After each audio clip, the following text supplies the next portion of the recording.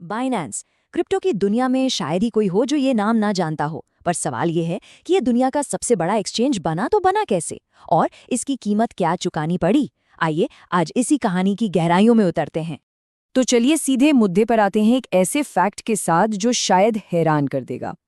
दुनिया में हर 2 crypto user में से एक, जी हाँ, सिर्फ एक ही प्लेटफॉर्म इस्तेमाल करता है और वो है बाइनेंस।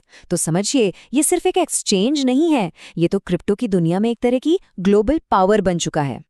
तो सवाल वही है, आखिर बाइनेंस इतनी ऊंचाइयों तक पहुंचा कैसे और इस जबरदस्त ग्रोथ की असली कीमत क्या थी?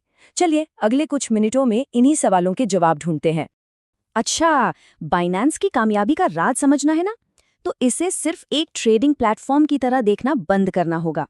इसे ऐसे सोचिए जैसे ये एक बहुत बड़ा क्रिप्टो सुपरमार्केट है जहां हर जरूरत का सामान एक ही जगह मिल जाता है। और इसका दबदबा कितना बड़ा है, जरा इन नंबर्स को देखिए। हाल के डेटा के हिसाब से बाइनेंस के पास ग्लोबल मार्केट का करीब 40% हिस्सा है, मतलब अपने सबसे नजदीकी कॉम्पिटिटर से लगभग 4 गुना ज्यादा। ये सिर्फ मार्केट लीडरशिप नहीं है, ये तो एक तरह से पूरे बाजार पर एक छत्र राज है। और ये दबदबा आता कहाँ से है? उनकी वन स्टॉप शॉप स्ट्रैटेजी से। मतलब आपको ट्रेड करना है, यहीं हो जाएगा। क्रिप्टो से पैसिव इनकम चाहिए, बाइनेंस अर्न मौजूद है। किसी को पेमेंट करनी है, बाइनेंस पे है। एनएफटी से लेकर वेब3 वॉलेट तक सब कुछ एक ही जगह, किसी को कहीं और जाने की जरूरत ही महसूस नहीं होती। तो सवाल ये उठता है कि इतना बड़ा इकोसिस्टम और वो भी इतनी तेजी से बना कैसे? इसके पीछे उनकी एक कमाल की स्ट्रैटेजी है जिसे कहते हैं ग्रोथ फ्लाईव्हील। ये फ्लाईव्हील आप समझिए 2 हिस्सों में काम करता है। पहला हिस्सा, एक ऐसा इकोसिस्टम तैयार करना जहां यूजर की हर जरूरत पूरी हो जाए ताकि उसे कहीं और जाने की सोचना ही न पड़े। और दूसरा, और शायद सबसे जरूरी हिस्सा, इस पूरे सिस्टम को पावर देना अपने खुद के टोकन बीएनबी से। अब ये बीएनबी जो है, ये कोई आम क्रिप्टो कॉइन नहीं है। ये तो समझिए बाइनेंस के इंजन का फ्यूल है। इसे डिजाइन ही ऐसे किया गया है कि जैसे जैसे बाइनेंस प्लेटफॉर्म ग्रो करता है, बीएनबी की वैल्यू भी बढ़ती है। और इससे होता क्या है, यूजर सिर्फ कस्टमर नहीं रहते, वो प्लेटफॉर्म की कामयाबी में एक तरह से पार्टनर बन जाते हैं। तो आखिर ये बीएनबी करता क्या है? इससे ट्रेडिंग फीस पर डिस्काउंट मिलता है। बीएनबी चेन पर जो ट्रांजैक्शन फीस लगती है, जिसे गैस कहते हैं, वो भी इसी से पे होती है। नए प्रोजेक्ट्स में सबसे पहले इन्वेस्ट करने का मौका भी यही देता है। और सबसे मजेदार बात, बाइनेंस अपने प्रॉफिट का एक हिस्सा इस्तेमाल करके बीएनबी टोकन्स को खरीदता है और उन्हें हमेशा के लिए सर्कुलेशन से हटा देता है, जिसे कहते हैं बर्न। और इकोनॉमिक्स का सीधा सा नियम है, सप्लाई कम तो कीमत बढ़ने के चांस ज्यादा। लेकिन इतनी तेज ग्रोथ की हमेशा एक कीमत होती है, और बाइनेंस के लिए ये कीमत बहुत बहुत बड़ी निकली। ये कीमत थी कानूनी पचड़े और रेगुलेटरी एक्शन।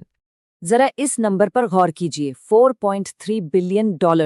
जी हाँ, इतना भारी भरकम जुर्माना बाइनेंस ने 2023 में अमेरिकी सरकार को भरा, और ये अमेरिकी इतिहास के सबसे बड़े कॉर्पोरेट फाइन्स में से एक था। और अमेरिकी अटॉर्नी जनरल ने तो साफ साफ कह दिया था कि नई टेक्नोलॉजी का इस्तेमाल करके कानून तोड़ना आपको डिसरप्टर नहीं बल्कि क्रिमिनल बनाता है। मतलब सरकार का मैसेज एकदम क्लियर था, टेक्नोलॉजी कानून से बड़ी नहीं हो सकती। और ये सब सिर्फ अखबारों की हेडलाइंस नहीं थीं, ये उस सेटलमेंट का ऑफिशियल डॉक्यूमेंट है, एक ऐसी कानूनी हकीकत जिससे बाइनेंस चाहकर भी बच नहीं पाया। तो आखिर आरोप थे क्या? देखिए, अमेरिकी ट्रेजरी ने पाया कि बाइनेंस हमास और अल कायदा जैसे आतंकी गुटों के साथ हो रहे सस्पेक्टेड ट्रांजैक्शंस को रोकने और रिपोर्ट करने में नाकाम रहा। इतना ही नहीं, उन्होंने जानबूझकर एक मजबूत एंटी मनी लॉन्ड्रिंग प्रोग्राम नहीं बनाया, और तो और अमेरिकी यूजर्स को ईरान जैसे सैंक्शन देशों के यूजर्स के साथ ट्रेड करने दिया। ये इल्जाम बहुत ही ज्यादा सीरियस थे। तो इस भारी भरकम जुर्माने और अपने फाउंडर सीईओ के इस्तीफे के बाद बाइनेंस आज एक बिल्कुल नए मोड़ पर खड़ा है। तो क्या ये एक नए दौर की शुरुआत है? ये बदलाव छोटा मोटा नहीं, बहुत बड़ा है। जरा देखिए, पुराना बाइनेंस मतलब उसके फाउंडर सीजी, जिनकी फिलॉसफी थी ग्रोथ चाहे किसी भी कीमत पर हो, कोई फिक्स्ड हेडक्वार्टर तक नहीं था। और अब है नया बाइनेंस, नए सीईओ रिचर्ड टैंग के अंडर, जिनकी स्ट्रैटेजी है कंप्लायंस फर्स्ट, मतलब नियम कानून सबसे पहले।